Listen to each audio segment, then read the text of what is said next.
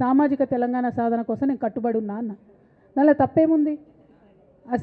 అసలు నాకు జన్మనిచ్చినటువంటి నా తండ్రి, ఈ ప్రాణాన్ని భిక్షగా ఇచ్చినటువంటి నా తండ్రి, ఆయన చిటికెన వేలు పట్టుకొని నేను ఓనమాలు నేర్చుకున్న ఉద్యమాలు ఎట్లా చేయాలని.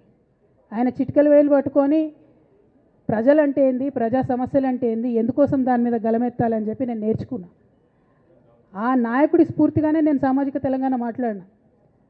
భారతదేశం మొత్తంలో ఇన్ని రాష్ట్రాల్లో ముఖ్యమంత్రులు అయితే 75 ఏళ్ళ స్వతంత్ర భారతదేశం, 79 ఏళ్ళు స్వతంత్ర భారతదేశంలో దళితులకి 3 ఎకరాల భూమి ఇస్తా అని చెప్పినటువంటి ఏకైక గొప్ప నాయకుడు కేసీఆర్ గారు. ఆయన దగ్గర నుంచే కదా నేను సామాజిక తెలంగాణ ఎజెండా నేర్చుకున్నది.